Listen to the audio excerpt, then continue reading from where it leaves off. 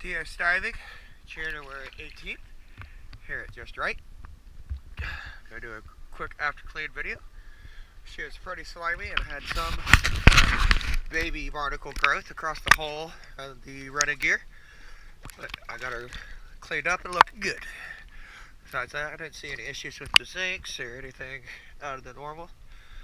The visibility has just been horrible recently.